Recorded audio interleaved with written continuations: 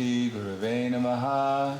Shri Chaitanya Manovishtam Stapitam Yena Bhutale Swayam Rupa Kadamaya Kadati Swapadantikam Vandeham Shri Guru Shri Yuta Parakamalam Shri Guru Vaishnavamscha Shri Rupam Sagradatam Sahagana Raganatam Vitam Tam Sajivam Sadvaitam Sabadutam Parijana Saitam Krishna Chaitanya Devam Shri Radha Krishna Padan Sahagana Lalita Shiva Shakan Vitam Shah Hey Krishna Karna Sindhu Dinabando Jagatpate Gopesha Gopika Kanta Radha Kanta Namostute Tapta Kanchana Gaurangi Radhe Vrindavaneshwari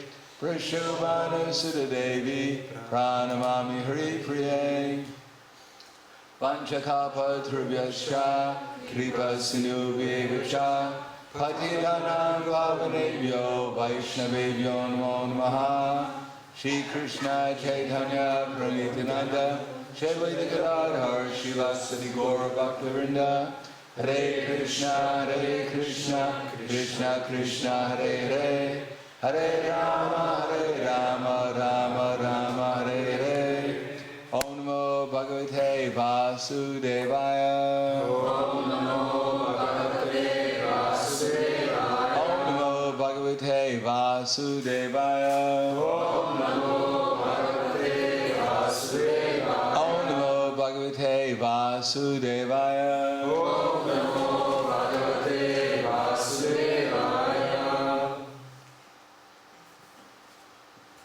Do you have a book or should I use my iPad? Okay. We're reading from the sacred iPad.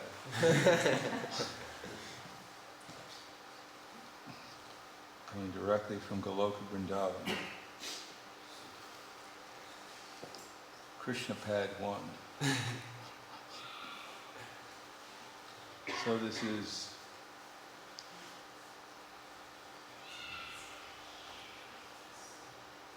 Shri Sudavacha Sudavacha Atma Ramastra Munayo Atmaramasya Munayo Nirgranta Apyurukrame Nigranta Virukrame Purvantya Haitukim Bhaktim Kurvantya Haitukim Bhakti Ikam Buddha Gano Hari Idam Buddha Guno Hari Sudavacha Sudavacha Atma Ramastra Munayo Atmaramasya Munayo Nirgranta Apyurukrame Nigranta Virukrame Purvantya Haitukim Bhaktim Kurvantya Haitukim Bhakti Ikam Buddha Gano Hari Idam Buddha Guno Hari.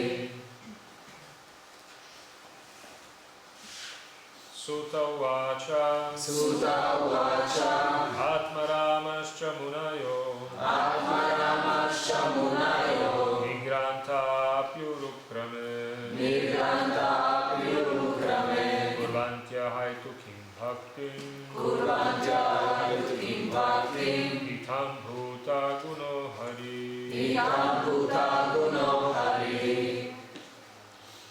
Sutta Vacha Sutta Vacha Atmaramasya Munayo Atmaramasya Munayo Nigranta Apyurukrame Nigranta Virukrame Kurvanti Haitukim Bhaktim Kurvantya Haitukim Bhakti Itam Bhuta Guno Hari. Idam Buddha Guno Hari. Sutta Vacha Sutta Vacha Atmaramasya Munayo Atmaramasya Munayo Nirgrantha Pirukrame Nigranta Virukrame Kurvanti Ahaitukim Bhakti Kurvantya Haitukim Bhakti Idam Buddha Guno Hari Idam Buddha Guno Hari. Sutta Vacha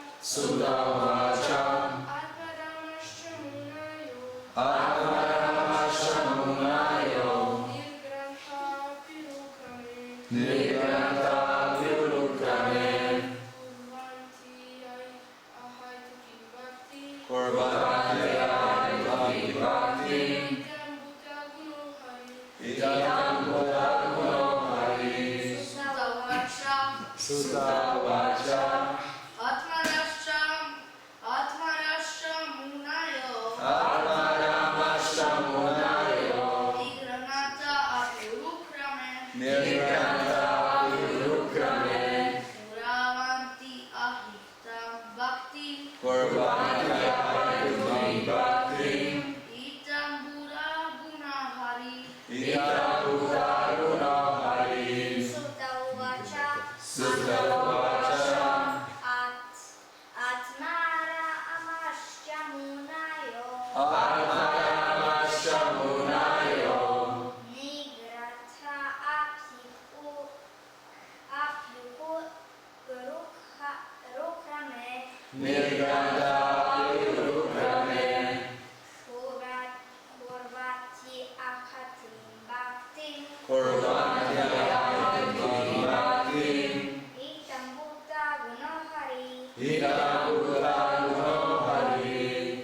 Mataji's. Sutta uvacha Sutta vacha Atmaramascha munayo Atmanamascha munayo Nirgranta apyurukrame Nirgranta Purukrame Kurvantya haitu kim bhaktim Kurvantya haitu kim bhaktim Itam bhuta guno hari Itam bhukta guno hari. I'm just going to read the translation. All different varieties of Atma-ramas, those who take pleasure in Atma, or a spirit self, especially those established on the path of self-realization, although freed from all kinds of material bondage, desire to render unalloyed devotional service unto the personality of Godhead. This means that the Lord possesses transcendental qualities, therefore can attract everyone, including liberated souls. So we're up to part of the purport, where we start with the word Urukrama, means the one whose activities are glorious. Krama means step. This word Urukrama specifically indicates the Lord's incarnation is Vamana, cover the whole universe by immeasurable steps. Lord Vishnu is powerful. His activities are so glorious that he has created the spiritual world by his internal potency and the material world by his external potency. By his all-pervading features, he is everywhere present as the Supreme Truth. And his personal feature, he is always present in his transcendental abode of Goloka Vrindavan, where he displays his transcendental pastimes in all variegatedness. His activities cannot be compared to anyone else's, and therefore the word Urukrama is just applicable to him only. According to Sanskrit verbal arrangement, Korvanti refers to doing things for someone else. Therefore it means that the Atmaramas render devotional service unto the Lord, not for personal interest, but for the pleasure of the Lord, Urukrama.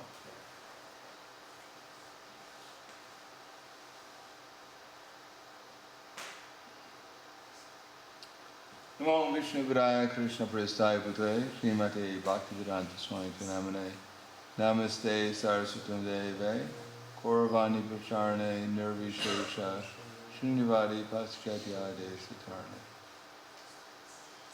How long do you take to finish this verse? What was that? Namo Vishnu Vidaya Krishna Prestaya Putre Srimate Bhaktivedanta Swami Namane Namaste Saraswatam Deve Gauravani Pracharane Nirvishesha Srinivadi Paschatiyade Satarne. So we're all trying to understand Krishna. And it may seem as very simple. Anyone who's been in the movement for some time, they think they know the whole philosophy. Therefore they don't read Prabhupada's books anymore because they know everything. I know in the class, right now the speaker's going to tell me I'm not my body. He might even mention I'm a spiritual soul, but at least I'm not the body. Then he's going to tell me that Krishna's God. Then he'll say we're all in Maya. And if it gets more interesting, he'll tell us they're demons and we should defeat them.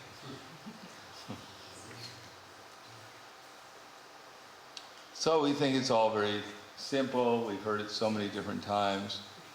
But it's quite an interesting philosophy. If we actually accept it, then it's quite amazing. How there could be such a person who's in every atom. You know, think about that for a second. That in this room, there's a person, he's in every atom, he's in everyone's heart here. just in this one room would be quite amazing. And at the same time, he's everywhere in Slovenia. He's everywhere in Europe. He's everywhere on this earth planet, inside and outside. He's everywhere in the universe. He's everywhere in the unlimited number of universes. And he's everywhere in the spiritual world. He knows everything, the past, present, and future. Now, and to accept such a person that he's a cowherd boy, and his main occupation is herding cows. That's how he makes his living. He's never been to a university. He never even graduated from kindergarten. Though he does know how to read, though. Therefore, to accept there is such a person of such immense influence and power is very, very difficult for the conditioned soul. Why? Because we're here, everyone here is in the material world to gain influence and power, to gain something in the material world. And to hear that there's a person who has all the power already and all the influence eternally, and that there's no competitor possible, is quite a disappointment to the conditioned soul. Therefore we think, oh, this is not a very good philosophy.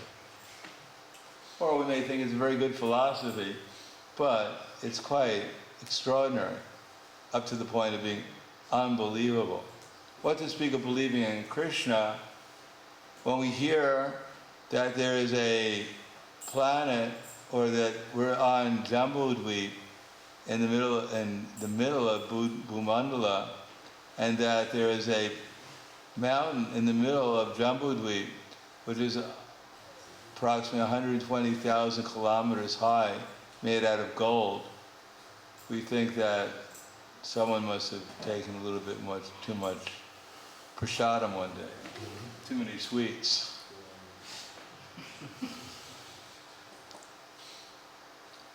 So it seems quite, and therefore we come up with all these other things, because it seems quite extraordinary. How can we be on Bhumandala? How can there be a man in charge of the universe who's sitting on a lotus flower, and he has 4 heads, and he rides on a swan?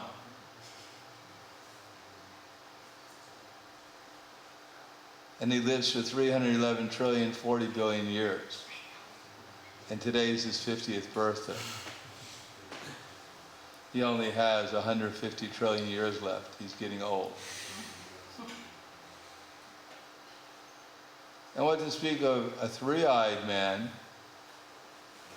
with snakes all over his body, covered with ashes, Ganges water coming out of his hair, and he rides on a bull. And these are the heads of the universe.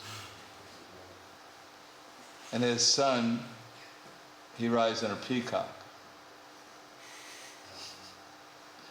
And his other son is an elephant, half a man, and he rides on a mouse.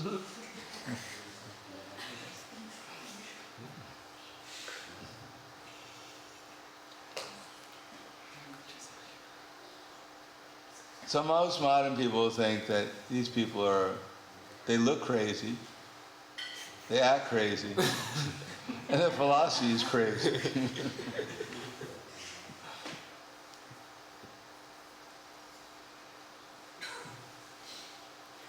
But if we can't even accept the way the universe is going on, for instance, the only real hope that we have to come back to some kind of reality is Krishna's simple instruction, that our bodies are changing, but we're not changing.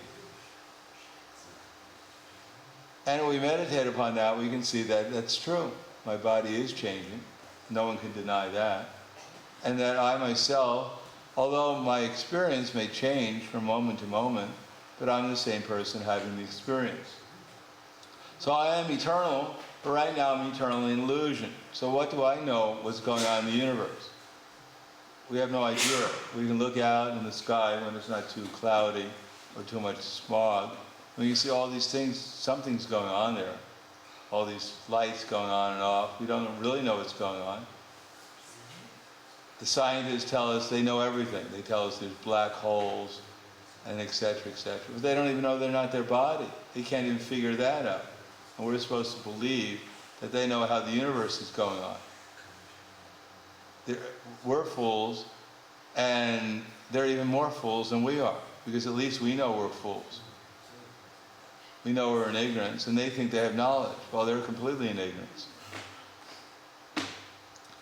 Therefore, our one relief is to read Bhagavad Gita and understand something about how the material universe is working. For instance, Krishna says in the Bhagavad Gita, Dhyayato vishayam pumsam sangaste shupajayate sangat sanjayate kama krodo bijayate. That when we get bored in the material world and we look around for something to enjoy, then that's what we do. If we're not blissful in Krishna consciousness, then the next thing is we're looking for something to enjoy in the material world, because our nature is to enjoy. Everyone wants to be happy. I remember that was the first thing that Prabhupada asked. First class I was personally with Prabhupada in Buffalo in '69 when he came there. First thing Prabhupada asked was to the huge, we were a Maha big temple at that time, we had 5 devotees.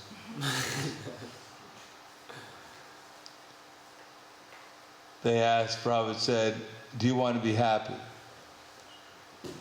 And everyone looked at Prabhupada like, no one asked that question. No one has ever asked that question before. So no one answered the question, because no one knew the answer. It was too profound. And then Prabhupada repeated the same question twice. Don't you want to be happy?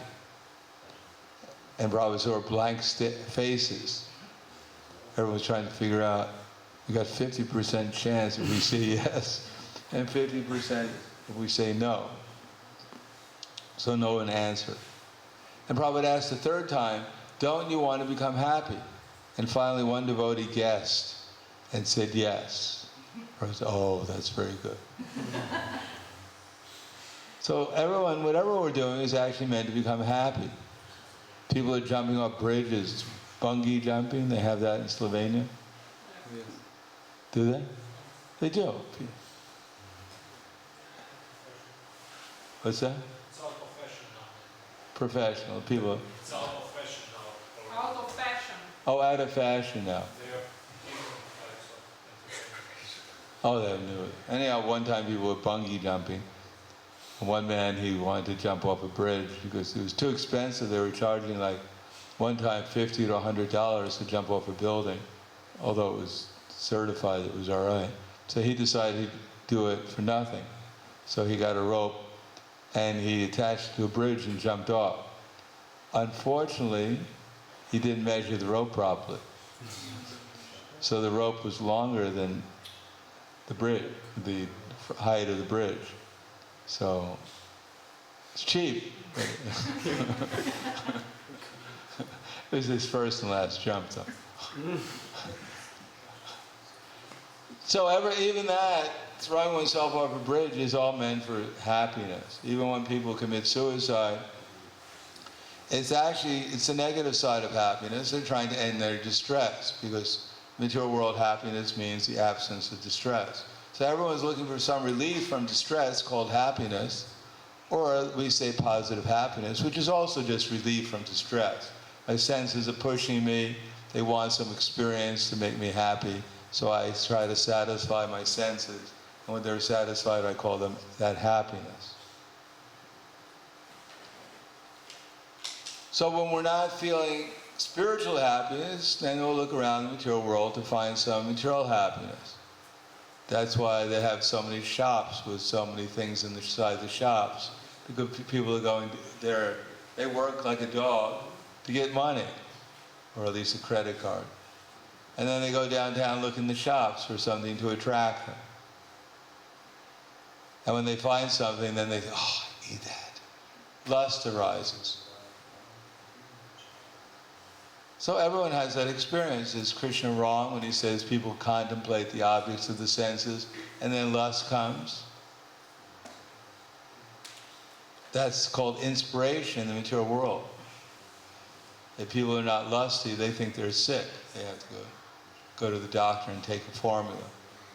Isn't that right? And then greed. If you're lusty enough, then and you satisfy your desires, then you become greedy. Even the devotees, they become greedy for prasad sometimes. If you have one gulab-jamun, then if it tastes good, then you want another one. You don't think, oh, it's all right. And sometimes the devotees think like that. Oh, no, it's all right. Then they take them home with them when no one's looking.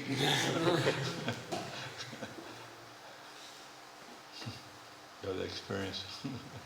Yeah, so people become greedy. If we get something that we like, then we want more of it. And when we can't get more, or we can't enjoy anymore, we become frustrated, angry. And then we become, from all this lust, anger, greed, we become delusional.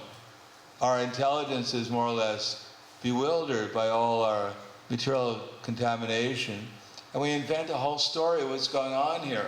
We have a whole scenario of somehow or another I'm the hero or the heroine in some drama. I'm going to conquer the dragon. I'm going to save the damsel, whatever else. We just concoct this whole vision of our reality in this material world, which is just a dream.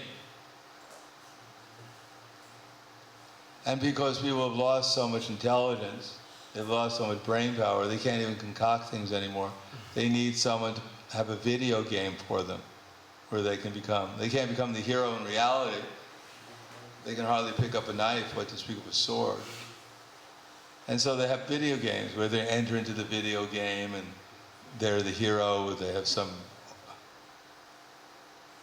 virtual machine gun or multiple weapons and they're just killing demons. Yeah, I'm really doing a good job.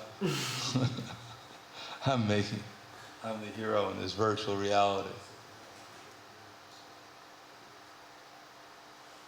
And from that delusional state, then all reality, whatever we've learned that was true, because people do learn things that are true, they forget about them. They just gradually go away. That black is white and white is white and black is black, and then suddenly white becomes black and black becomes white, because they forget. And whatever little meager intelligence we have above the animal life, it gradually goes away. And therefore we can see them on in Kali Yuga, where people are becoming more and more lusty, more and more greedy, more and more angry, more and more delusional, more and more forgetfulness. There's no end to the degradation. There's no limit to how degraded people become, and at the same time think themselves to be good people, thinking themselves moral, they're doing the right thing, because they can't think. In fact, they don't even think anymore. They turn on the television so that they can find out what they're supposed to think.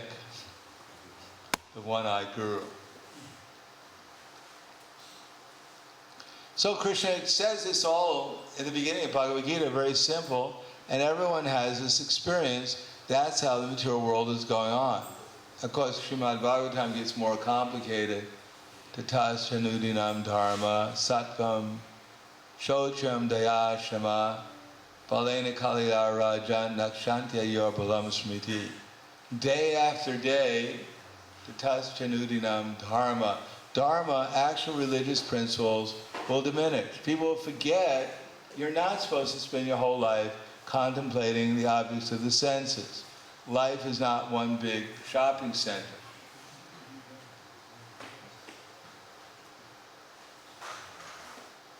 That people are thinking America, for instance, that's the promised land. Or at least they used to think like that. Because it's one big shopping center.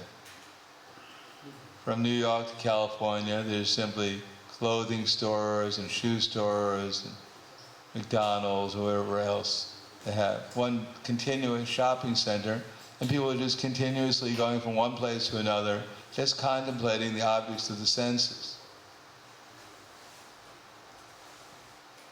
So that's not what life is actually about. Life is meant to follow Dharma. But people have lost their intelligence. So day after day in Kali Yuga, Dharma will diminish. Tatasvanudinam Dharma Sattvam. And if Dharma diminishes, then truthfulness will diminish. People don't want to be truthful. The only truth, according to American history, that any American president ever said was George Washington. He's famous because he actually said something which was true. He cut down a cherry tree when he was younger. He had the axe in his hand. The cherry tree had just fallen down. His father came by and said, "Who cut down the tree?" So he said, "I did it."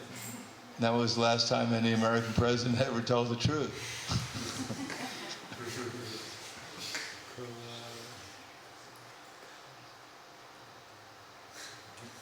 What to speak of everyone else?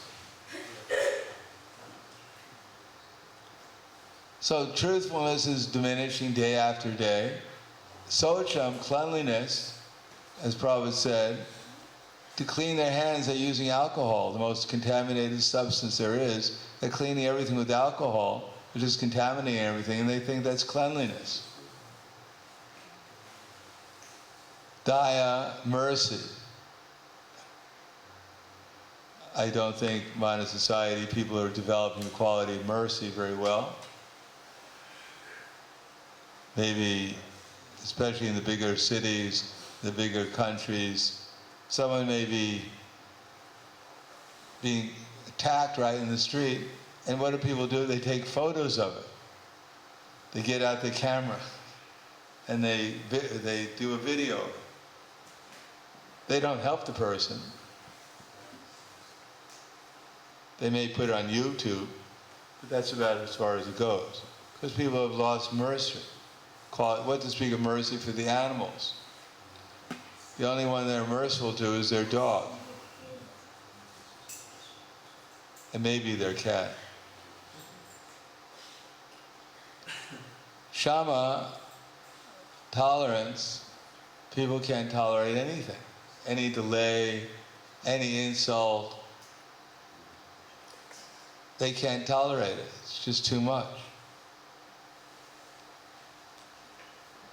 In America, one man was stopped at a stoplight in Texas, and the man behind him honked his horn. So immediately the man in front took out his shotgun, because in America everyone has a gun, especially in Texas, and shot the man behind him for honking the horn, killed him.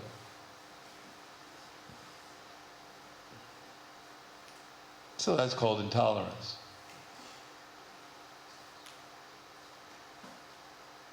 We have many stories like that, but we won't go through. Balena Kalina Rajan, by the strong force of Kali Yuga, Balena Kalina Rajan, Nakshantya Yor Balam Smriti. People will lose their memory and their bodily strength. As one man was talking to another man about a wonderful restaurant he went to, he couldn't remember the name. So he asked the man, "Can you tell me a hint?" And their wives were in the kitchen cooking. So he decided he'd ask his wife, what was that restaurant they went to? So he turned to his friend, he said, "I can't remember the restaurant. Maybe you can give me a hint, and my wife will help me remember, because we went there yesterday." So he said, "All right, what's the hint that you need?" He said, "It's a color, it's a flower, it's red, and it smells very good." He said, "Rose." "That's right, Rose. Rose, what was that restaurant we went to yesterday?"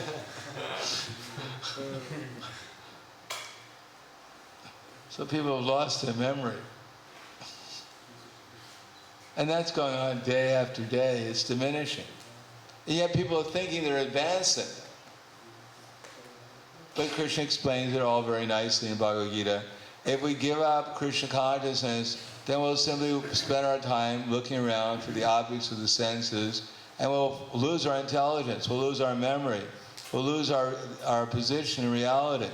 We'll simply become the servants of lust, anger, and greed. Therefore, although we may not know or can conceive of a personality like Krishna, how great and wonderful he is, still his words are such that they reveal reality to us, and that will develop faith in us that actually there is a Krishna. Otherwise, who could have spoken such words? What other book explains things so clearly? And yet so simply.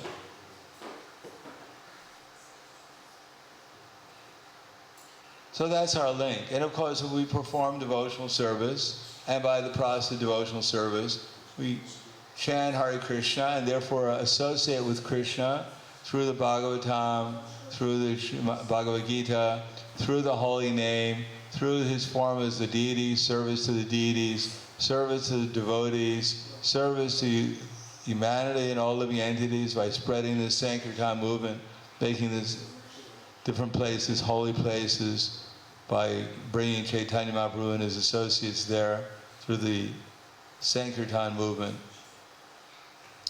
If we do that, we get a chance to associate with Krishna, and gradually things will become clearer. Gradually we'll realize that Krishna, his name and Krishna and his name are not different. Krishna is the deity. He is present in the Bhagavatam. He's present in everyone's heart, and the devotees are manifestations of the internal energy of Krishna, and that places will be converted into places of pilgrimage if we do bring the holy name to those places and distribute Krishna consciousness there. So gradually we'll develop faith in that, and we'll see the uselessness in modern society. They're just dreaming upon dreaming. Their entertainment is absurd.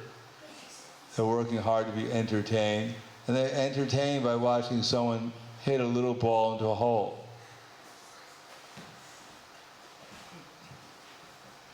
Everything is centered around big and little balls in modern society, just hitting them and kicking them. And that they think is very important. Coming and chanting, hearing about the Supreme Personality of Godhead, reality, the laws of karma, reincarnation, they think is a waste of time. Going out and hitting a little ball with a racket, or kicking it, or with a club, that's the essence of reality to them. And when they don't do that, then they go to the movies. They watch things that are what they think is extraordinary. Of course, it's all make-believe. But they see someone flying in the sky, someone else picking up a building and throwing it somewhere. They're actually looking for Krishna. They're looking for knowledge about Krishna because he's extraordinary. They're taking things which are completely just made up and imaginary and trying to become entertained instead of Krishna, who has all these wonderful powers and influence. They try to take shelter of some imaginary Krishna. And the rest of the time, they're just happy if they can go to sleep at night. So many people, nowadays, their knowledge is centered around, how to sleep, as if it was a big thing before. People are considered to be quite pious and fortunate. They can just go to sleep at night. Of course, most people don't even try to go to sleep. I mean, really at night. Most people, I don't know about here in Slovenia or Croatia, but in the West, people go to sleep at 12 o'clock. They've hit the sack early.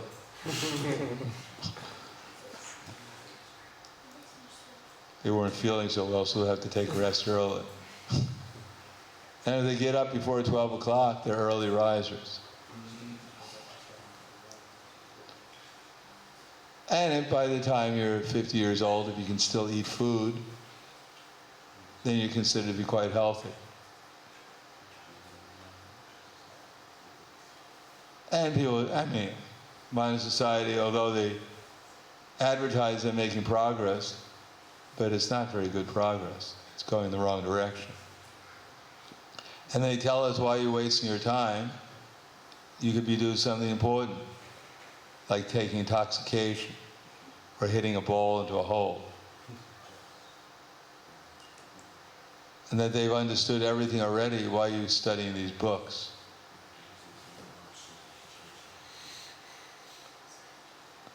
But even, as I said, the most elementary thing, that our bodies are changing, but we're not changing, and that we'll have to get another body after leaving this body, just like we got this body now, because of what we've done in the past. And what kind of body we're going to get next is quite important. Because if we get a lower form of life, it's going to be very, very unfortunate. Because it'll take us millions of years to come back to the human form of life again. So how unfortunate most of the people in modern society are.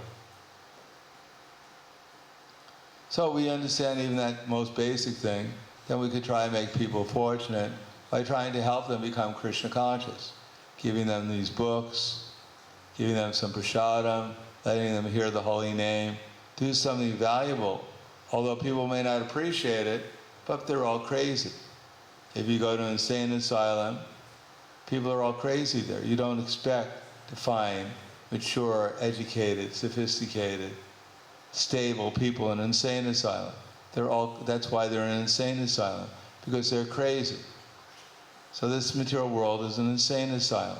It's for all the crazy people. And that's how the material world works. Everyone here is insane.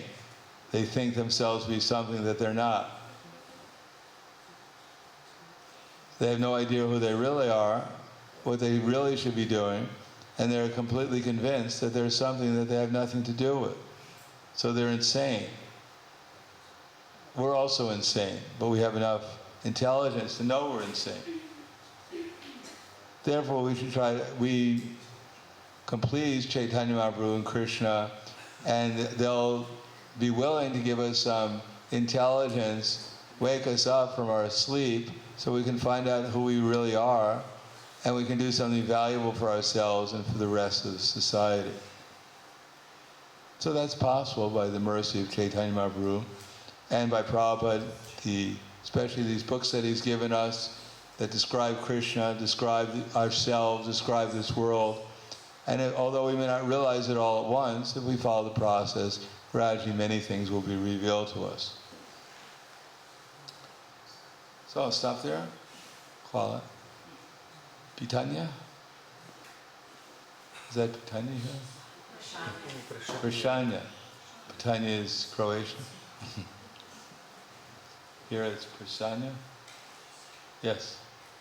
Thank you, Maharaj, for the lecture. I have a question regarding emotions, because devotee knows the knowledge, he understands what is, he's not his body and everything, but still sometimes happen that something happened in his life, someone died or you lose something or whatever, and you are so much full of emotions you cannot help yourself, even though you have all this knowledge, even though you have job, even though you have Srimad Bhagavatam, but still emotions are so strong. So what to do in those moments or those days or even months to overcome this, how to understand this, because even though you take shelter in Krishna, still it's a pain, it's a thought about this. If you lose something, you know, you can, at least I had this kind of experience, you cannot change your mind, you know, because you have knowledge. So how to overcome, or do I need time to go through, or? No, it's a great opportunity to take shelter of Krishna. Yeah. Because at the time of death, we're going to have to be practiced. And if we're having difficulty when we're relatively healthy, then what to speak of the time of death when everything's taken away? We can't say, well, Krishna, can I just have this one little thing? I'm really attached to it. No, we have to practice. So these tests are very good because it gives us a chance to practice, to actually take shelter of Krishna more. And they should serve as awakening calls. We're not that practiced. We really need a lot of practice, a lot more practice. It's like preparing those little things, if I'm preparing for the big thing. Yes. Anything else? Yes. Not to lose time is a very high platform, so how to at least approach it, how to stop hitting the ball into a hole. I haven't hit a ball in a hole in a long time. I don't, what was the question? Like because the most, the biggest level is to just 24 hours a day be absorbed in Krishna consciousness. Yeah. So how to approach? Well, we try to spend 2 hours a day chanting japa at least. Try to chant and listen. So that's a challenge. We take prasadam, we try to take prasadam and chew the food. That's a big challenge. And think about Krishna while we're chewing the food. So we have so many things to do where we can, which help us remember Krishna. So we can spend the time concentrating and trying to do our activities with devotion, and then we'll remember Krishna. That's the success, at least for them. So we're given so many opportunities to remember Krishna. And if we try to do it, gradually we'll remember Krishna. May not be all at once and consistently, but if we take advantage of what is being given to us to remember Krishna, and we try to apply that, and gradually we will remember Krishna, and that's the success of the activity. If we were thinking success is going to be something else, and we're going to spend a lot of time in the wrong direction. But to remember Krishna, that's success with devotion. Anything else? Yes. It's about my mother. She retired recently and she also survived cancer. But she has some realizations about the fragility of the body and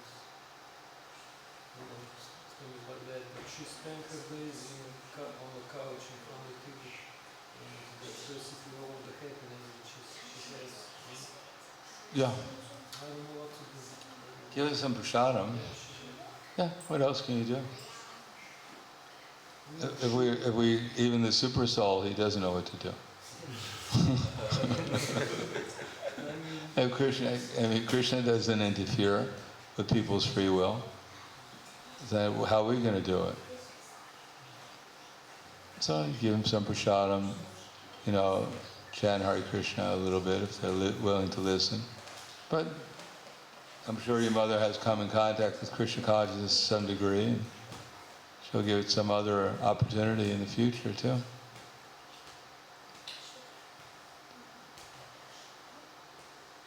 But nothing goes on accidentally. Anything else?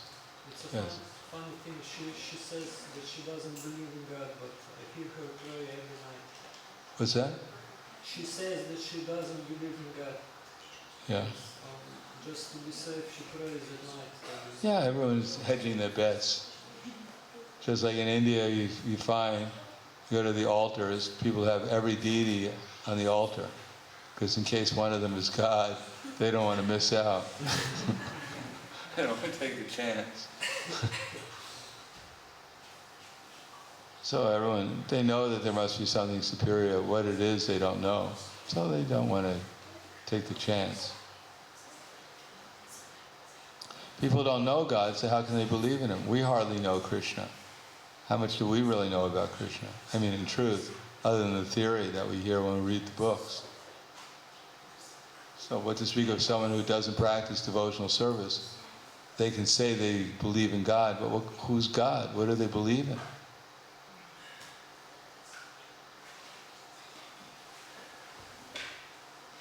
These religious people, if you ask them, what does God look like? They say, oh, He doesn't look like anything. What does He do? He doesn't do anything. Why do you worship Him? Well, because He's God. He has no hands, He has no legs, He has no face, He has no activities. Why are you worshiping Him? Because you feel sorry for Him. He's blind, He's deaf, He's crippled. So unless we understand about Krishna, then who's going to really understand what God is all about? Yes? How much we should study the structure of the universe, etc. You're explaining about how the universe, that modern science doesn't understand. Oh, I don't think we have... They don't understand who they are and how can they understand the universe. Well, unless it's our job to make the Vedic planetarium, unless we have a great interest, I don't think it's that valuable, because we're not going to learn very much. In the sense that what are we going to figure out? What are we going to realize? And even if we realize it, what difference will it make for our devotional service? Whether there's a... preaching, because more or less we are just don't have a clue ourselves also. Yeah, so how are we going to preach to anyone? We bring up the topic, we'll just get into an argument, and we'll forget Krishna. So Prabhupada, he presented, like he said, we never went to the moon. Some places he said we went to Rahu. Other places he said, they went to the Arizona desert. He said so many things, because he didn't really want to distract from the message of Krishna consciousness, especially in preaching. We just distract people, get into arguments with them unnecessarily. So generally we don't get into those subject matters. But he wanted the Vedic planetarium in Mayapur so that it would be a challenge. So there is a place for challenging the scientific. But for ordinary people, it would just be wasting our time. Arguing over that, and we miss the opportunity to tell them that we're not this body and that Krishna is God, because they wouldn't get a chance to hear that message. Prabhupada wanted, in terms of challenge the scientists, more educated people, at least in their conception of reality, because their conception of reality is the basis of ignorance in the modern society, especially evolution and the idea that everything came out of nothing. So Prabhupada wanted something to challenge that. But for most people, evolution we can explain to some people, that's less of a challenge, but cosmology is beyond, it's quite a challenge. Most people are not very astute at cosmologists.